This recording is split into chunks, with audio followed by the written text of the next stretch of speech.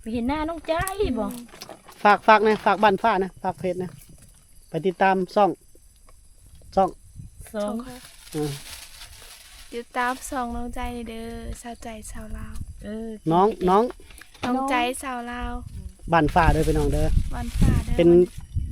บ้านฝ้าของน้องส่วนตัวของน้องเองพี่น้องกดติดตามเลยเด้อรายได้ก็มาแบ่งให้เพิ่นละพี่น้องสบายดีพี่น้องสบายดี FC ทุกท่านพอกับบอจอยเส้นเก่าเส้นเคยพี่น้องสาวผู้ไทยสบายดีเด้อไปเฮาสิไปไสนี่ไปสวนน้องใจจ้ะไปว่าสวนไห้ไปให้ให้ปลูกข้าวพี่น้องไปเบิ่งน้องใจปลูกข้าวจักอยู่ใส่ดอกไห้ก็ยังบ่ฮู้เก้อไปแต่ว่าปีนี้เพิ่นเฮ็ดไก่แน่ว่าเราไม่เอาบ่หมดก็นอกคืนนะเอาแล้วรถพอเรา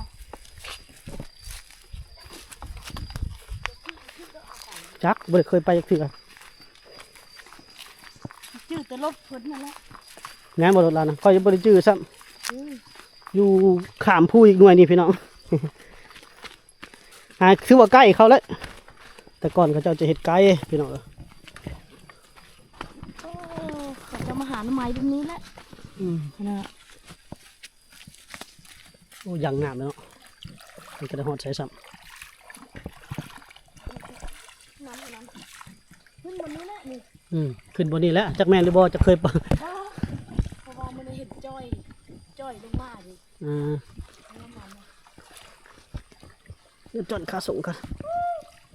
ว้าวอยู่ตะพูน้ำรินนี่หวยพี่น้องนี่เราไปคนมาตักนี่เดี๋ยวเนาะบ้านนึงนี่เนาะใส่หรือครัวจะสาวไทยนี่โอ้เย็นคักเลยโอเคเย็นกว่าน้ำห้อยอีกกระน้ำหวยอันนี้กันโอ้เบิ่งก็เห็นเลยพี่น้องคักเลยนี่ละโอ้เย็นเลยเนาะน้ำไหลมาแต่ผักคูพอมันเห็นยอดลงมาแบบนี้นะน้ำแถวนี้จะน้ำดินไตบัวถือพอแห้งเนาะขึ้นเขาตัวนี้เลยพี่น้องเฮ้ยโอ้ยขึ้นเขาสำนีก็เมื่อยแล้วแห้งปวดขาสำนีเลยเฮ้ยย่างไวเลยพี่น้องเอ้ยถากลายได้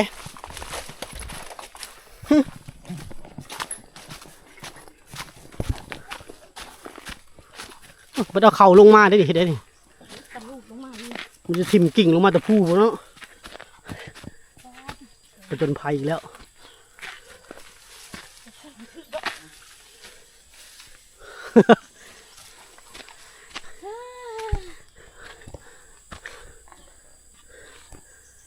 ตัดเสียงหายใจ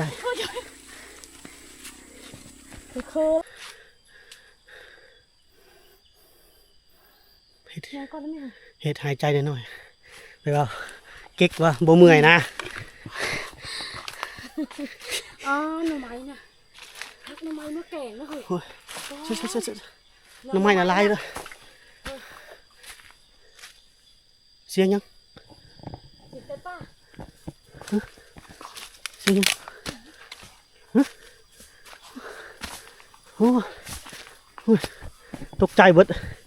คิดว่าหมูป่าฮักโก้เฮ็ดยังคุณห่างยังน่ะโอ้ต้องใจไม้กันเท้าดียังบ่มาคายนะคมโอ้ห่างกันเย็นดอนนะไม้กันเท้าห่างเย็นดอนแล้วตัวเขาคล้ายกันนะโอ้โหได้เป่านี่เดี๋ยวต้นมันนี่พี่น้องปลาไหลเผือกต้นน้อยเนาะเด้เลยเราขุดได้เลยเด้ใจกันมาพี่บ่มึงนี่ปิดหันเลยนี่ขุดในหลายต้นแล้วนี่ หอดแล้วพี่น้องให้น้องใจฮอโก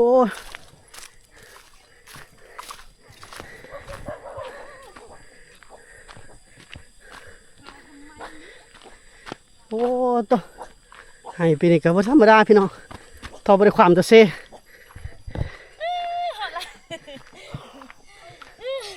พูดทางเขามาตอนนั้นบ่ หอมเตยบุก็ ไกลๆเนาะ เว้ย ไกลๆยึดแต่มันปิดพุ่งขึ้นมา ลงบรรยากาศทั้งหมดโอ้ได้โดนมาบินเลยเนาะคือสิคัก เดินทางเขาเมื่อ โอ้ปุ๊กล้องจะเห็นหรือเปล่า มาถึงเสย นี่มาทางนี้มันคุณดู ฮะ เอาคือนอนแล้วพักผ่อนแล้ว โดย ลูกนางสบายดี สบายดีเด้อ กินข้าวกับอะไรอันนี้ มื้อนี้ นะกินมื้อนี้นะ มื้อนี้ปิดห้านเลยมื้อนี้ โดย ปิดห้านมาซักข้าวให้ปลูกข้าวให้บ่ โด แล้ว ย นี่ไง บุกให้น้องใจได้พี่น้องมื้อนี้โอ้มาเบิ่งให้กว้างเติบบ่ปีนี้กับปีกายนี่ปีได้กว้าง พี่ไก่นี่กว้างไปนี่บ่ได้กว้าง เบิ่งปีนี้สิเขาสิงามบ่เนาะกินข้าวเที่ยงแล้วบ่นี่หรือมายัง กินแล้ว พักผ่อนบ่นี่จะได้ปลูกต่อบ่เพราะว่าบ่แม่นถากบ่อยู่ตีนี่ ถากหลายๆเด้อ ถากหลายแม่นแล้วไตแล้ว นี่ไผทางนี้ถากบ่ถาก ขึ้นมาให้น้องใจพี่น้องเอ้ย โตยืนอยู่หั่นได้เบิ่งก่อน แม่นแล้วถากมันไตตีนข่อยละ เบิ่งให้ ก็แม่นั่นแหละนี่บ่เบิ่งก็ได้นี่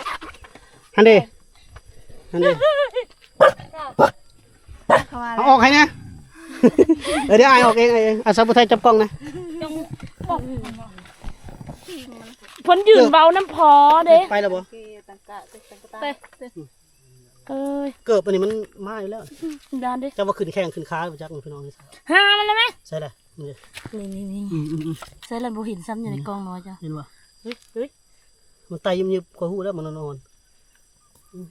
นี่ ถากหลายดีน้อง มัน ใจ บ่ของข่อยนี่นะข่อยจะบ่แข็งข่อยนี่นะ บ่ได้ถาก มือนี่ข่อยรัดมือนี่ก็ผู้เดียวข่อย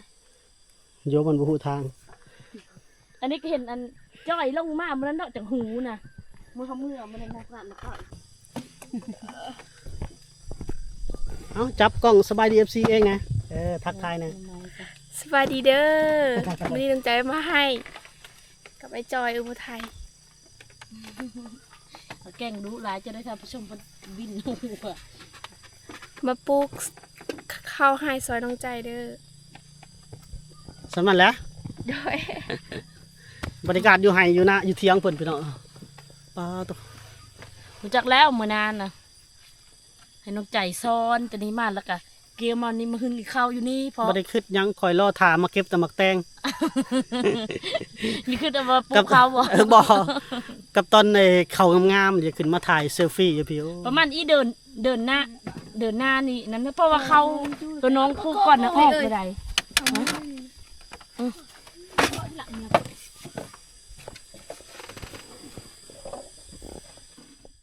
เขาให้แต่เพิ่นปลูกเลยพี่น้องเอ้ย พันข้าวปลูก พันธุ์ ฉี เขา ด ปลูก ยาแมลงเลย ฮะ ฉีดยาแมลง ฉีดยาแบบได้นะ ยาแบบตัวสีเขียวนะฉีด โอ้ฉีดเพื่อหยังนะ เพื่อแมลงให้ บ่ให้มัน เพื่อมด มดแมลง เพื่อมดอะไรมดงามค่ะนะ โดยแล้วก็มี แมน ตัวข้าว สมมุติว่ามดนี่ มอดพวกนี้แหละบ่ให้มันมากัดกิน แม่น โอ้ สู้นะ เขามันจะเกิดหมดเนาะ ข้าวโมนั่นเนี่ยมดเล็กกินเนาะมดงามนะเนาะมันควัดกินเห็นตัวออกแล้วก็มีเนาะตัวปลูกก้อนเนาะเห็นเพราะว่าเห็นปลายอันนี้ออกเลยบนนี้ปลูกก้อนบ่บนนี้ สักเขาให้แล้วก็มาเสียหญ้าได้พี่น้องเอ้ยบัดนี้เลย ยังบ่ได้เลย ยังบนพูด ทั้งซักทั้งเสียแล้วบัดนี้เสียหญ้า ปลูกข้าวแล้วในกระน้องมาเสียยาไหแล้วบาท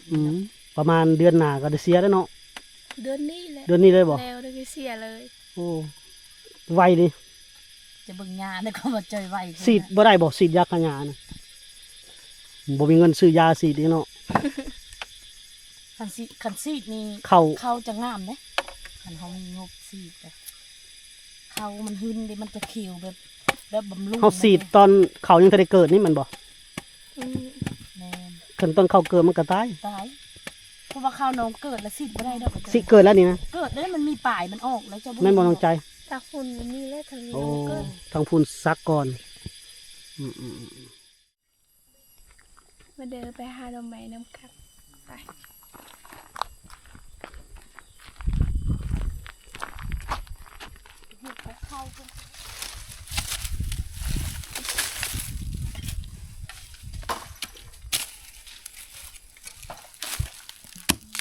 นี่แหนงหน่อไม้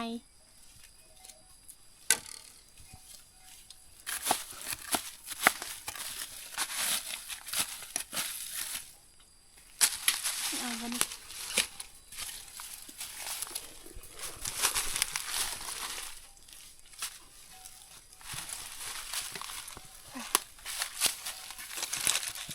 ใจมาแต่หาหน่อไม้เลยทุกคนนี่หน่อไม้เพิ่นหน่อไม้นี่เขาเอิ้นหน่อไม้อันนั้นเด้อพี่น้องเด้อหน่อไม้สอดหน่อไม้พาง หน่อไม้โซ่ หน่อไม้สอดเนาะ มันเลย เอาไปแกงไปต้มแซ่บได้อพี่น้องเอ้ยคุณต้องพูดลงปลูกข้าวแล้วพี่น้องเราจะไปรีวิวให้พี่น้องเบิ่งน้องใจปอกหน่อไม้ก่อนเห็นบ่นี่จักโมงบุบ่ายโมงครึ่งลงแล้วเสาหน้าแบบนี้แล้วพี่น้องสู่ชีวิตเด้อเสาไห้เสาหน้า เขา นะ ไปใส่เลยมือเลย จังหวะ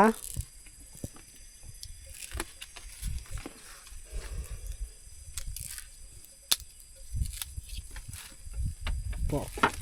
อากาศมันเย็นก่อนน้องใจจะออกไป จะมีน้องจะเอาไว้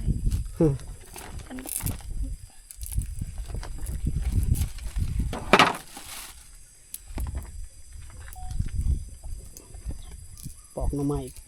ผ่าก่อนเพิ่นว่าหน่อไม้นี่คือหน่อไม้งามหน่อไม้พุ่งหน่อไม้พางหน่อไม้สอดพี่น้องเบิ่งผิวพรรณคนเศร้าให้แล้วพี่น้องมาให้แบบนี้บ่ได้ท่าได้ครีมกันแดดเนาะ บ่ เสร็จแล้ว มือก็บ่ได้ใส่ ประหยัดบ่ บ่มันสับเข้าบ่ได้เข้ามันติด บ่ไอ้ครีมกันแดดหั่นนะ มันบ่มี เอาตัวอันนั้น FC ฝากให้เด้อเบิดแล้ว หมดแล้ว โอ้ ประมาณเดือนหนึงแล้วเนาะ2-3เดือนแล้วเนาะ นั่นแหละ หมดแล้ว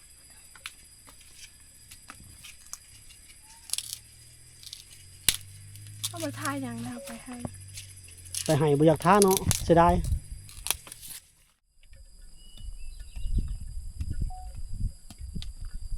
บรรยากาศเสาไห้พี่น้องเสาไห้เสานาเนาะเพิ่นปลูกข้าวไห้เนาะข้าวแม่น้องใจแหละพี่น้องปลูกนี่ซักเป็นคุมเป็นหูไปนี่เนาะแล้วผู้ยอดก็ยอดนะแขนก็ยังยอดนี่แหละผู้น้องก็ยังแบบนี้ได้อพี่น้อง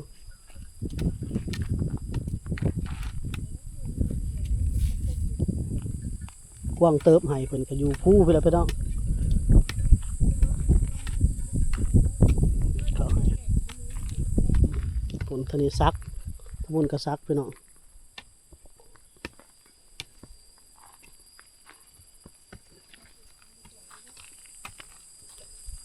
หลายคนก็น่าจะเคยผ่านจุดนี้มาเนาะพี่น้องเนาะ FC บ่าวจอยกัน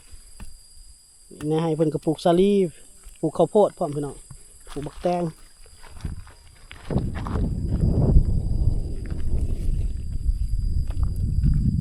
ชีวิตสาวไห้สาวนา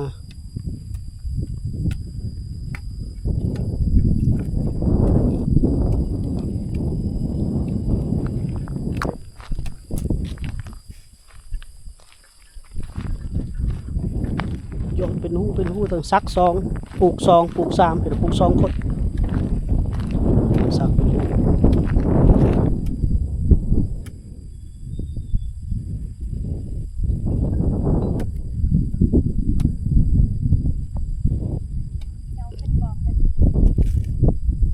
บ่เป็ดแล้วบ่ได้เคยเฮ็ดเป็นเป็ดเฮ็ดก็แต่น้อยๆพุ่นซักเขาให้นี่แต่โอ้ซักห่างเนาะคือซักห่างเลยห่างได้พี่น้องเลย20 เซนพุ่นนะ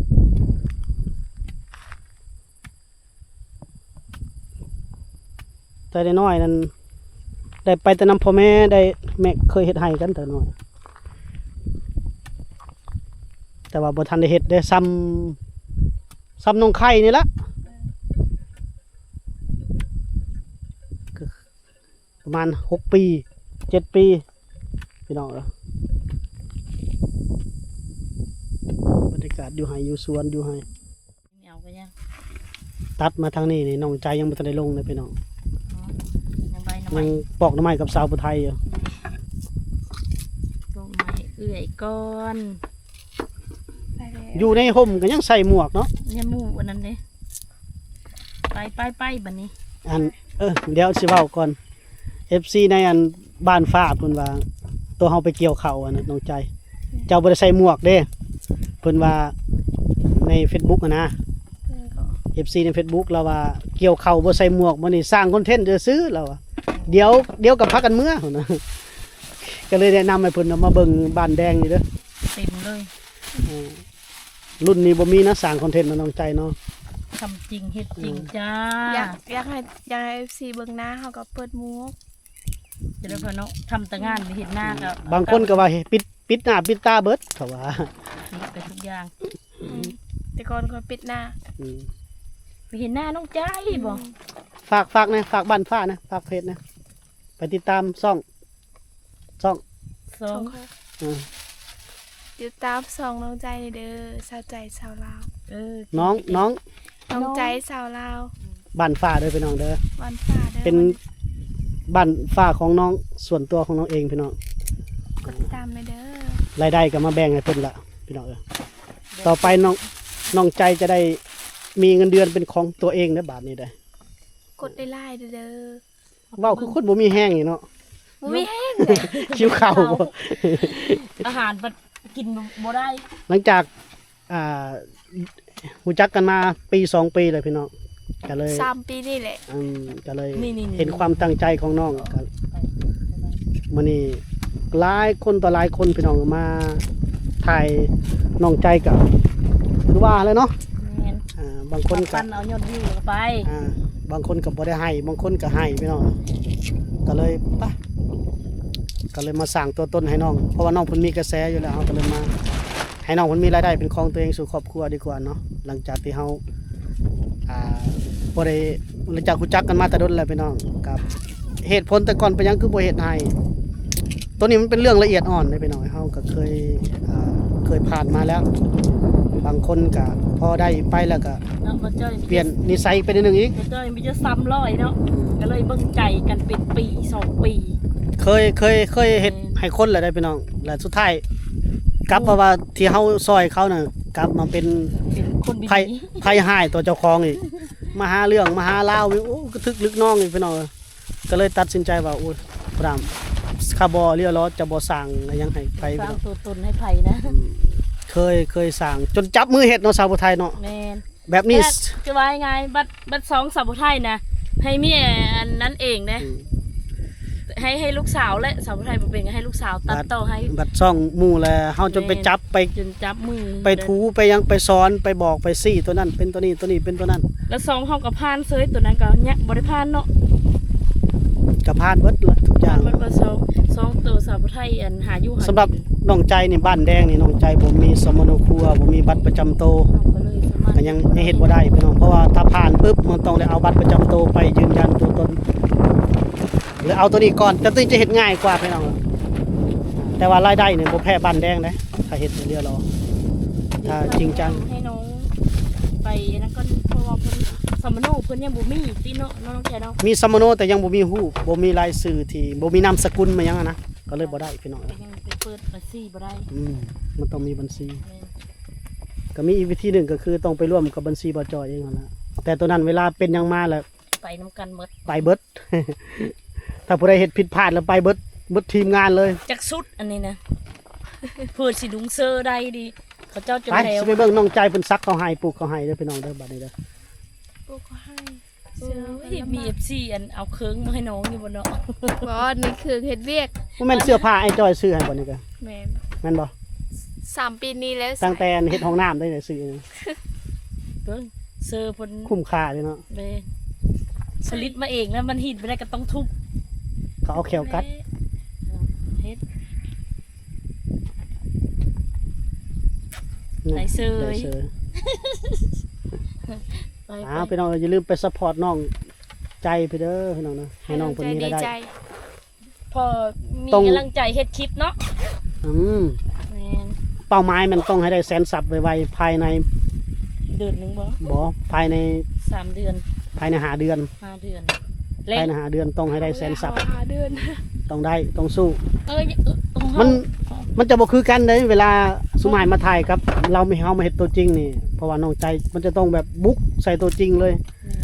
จะต้องแบบจริงจังว่าซั่นซะเพราะว่าเป็นของตัวเองเด้ เฮาได้3 เดือนเฮาก็ผู้ติดตามแสนคนนะของเฮานะ ช่วงนี้ในเดือน2 เดือนนี่ให้ได้50,000ก่อน ไป แล้วน้องใจจะมี FC หลายๆพี่น้องเนาะเป็นครีเอเตอร์แบบมาแรงเลยนะ ปั่นอย่างเต็มที่เลย ส่วนผัวจะเผาเอาให้ได้ครับ เอาอีแล้วบ่กลัว หาให้เด้อ ตายบ่ได้แล้วมันเนาะ บ่ไป เบิ่ง ปลูกข้าว หาเงินอีกจัก2 ปีก่อนบ่ได้ฮอด20 ปี หาเงินแต่งผัวเลย อืม ตายแล้ว ตอนนี้ก็แฟนก็ยังทันได้มีเลยพี่น้อง โซเดอร์ แฟนเพิ่นบ่จอยยังบ่ให้คบไผหาเงินก่อนไปซื้อ ใจโสดได้ทางไหนโสดเด้อ ไปกดอยู่บ่โทรศัพท์ต้องใช้เนี่ย คุยได้แต่ยังบ่พร้อมให้สร้างครอบครัวไปสร้างเพจก่อนสร้างอนาคตก่อนเด้อโอเคบ่ โดย โอ้ยโดนคอยกัน เสาไฮได้กว่านี้พวกเสาไฮเสาหน้าได้พี่น้องสมัยยังน้อยสับไพร่ก็เคยปลูกได้พี่น้องมาพี่เฮาก็เคยปลูกเคยนั่นได้นี่แม่นว่าคือเฮามาแบบนี้คือเฮาไปแม่นเสาไฮเสาหน้าที่จริงสับไพร่เสาไฮเสาหน้าเด้อพี่น้องอาสิพรก็เห็นหน้าได้มาซอยน้องไก่ได้ดีกว่าได้กินข้าวไหม้เพิ่นบัดอันยามเพิ่นหุงข้าวพี่น้องแล้วไก่เนาะแดดประมาณจักโมงนี่10นะ2 โมงน้องไก่เนาะน้องไก่เคยเฮ็ดนี่เพิ่นจะไหวเด้อพี่น้องไปแพงแห้งหน้าก็มันจังนั้น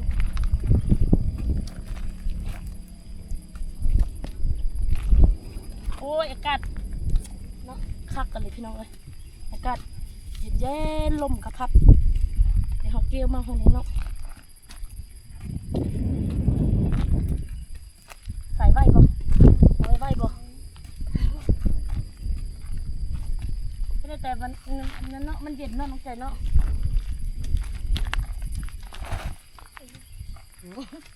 ไหลตีแซ่บตาเรือหักตาโอ้หักกลับลงไปน้ำเหล้าก็ปะเราผู้เดียวจะเราให้เด้ โอเคแล้วพี่น้องมื้อนี้บุกไข่น้องใจบ่ได้ถือเข่าขึ้นมานำพี่น้องก็บ่สั่นถือก็สิอยู่ในน้ำเขา หิวเข่าเลย เขาอยู่ในรถ พอได้พาพี่น้องมาเบิ่งวิธีสาวลาววิธีเฮ็ดไห้ดำไห้ซักไห้ปลูกเขาไห้พี่น้องโอเคนะพี่น้องเนาะคลิปนี้บ่จบไว้สำนี้ก่อนเบิดแต่แท้น้ำกินมันบ่ได้ไปซื้อตามทางมันเพราะก็ไม่ได้พี่นาพี่น้องสวยพี่นี่สบายดี ทำทางเส้นมีสบายดีนอกแต่เกิดกับน้องซืน